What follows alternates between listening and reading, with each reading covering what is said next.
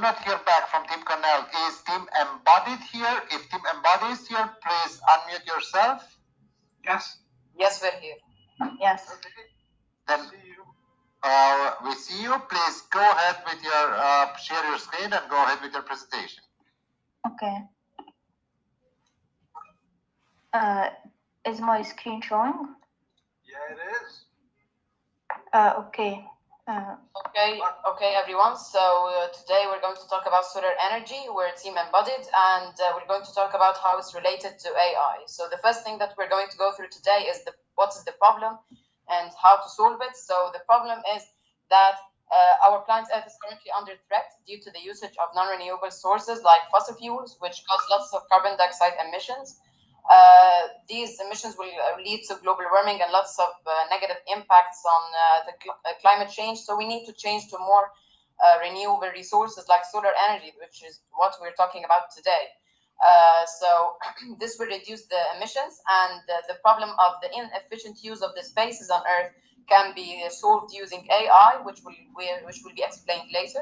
So in this presentation, we're going to go over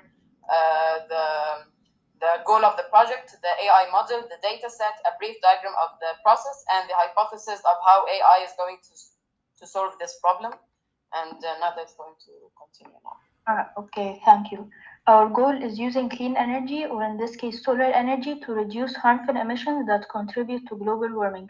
This would also achieve the seventh goal in the SDG, which is affordable and clean energy.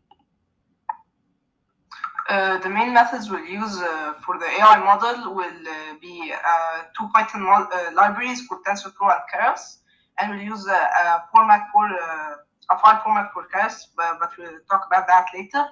We chose clustering as it best fits this case to recognize empty land that's available for placing new solar cells. And as I said, it will be the middle layer of a neural network.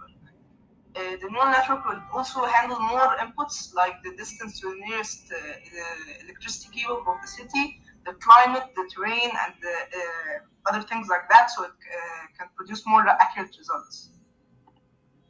How we actually collect the data will be from satellite imagery that through captures. So we return these results and prepare them for the next iteration of the algorithm for the training. And we prepare that by converting the images to grayscale and arranging them into a CSV file.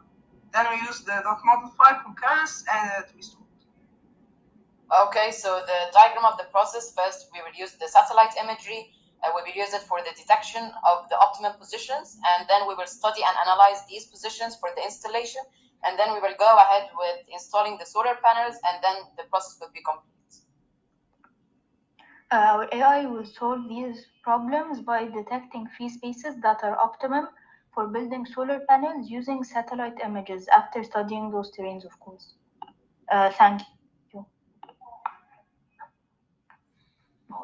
Thank you so much for your presentation, Team Embodied. And once again, the same thing. The floor is now to the jury. Jury, your questions.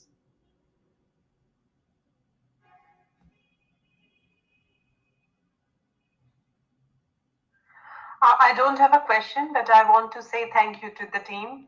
But it definitely clarifies a lot compared to the first session where things were hanging. So it definitely clarifies a lot. Thank you very much for presenting again. Thank you. Much as well. And with that, I would shout once more time out for Team Cornell. Maybe they return.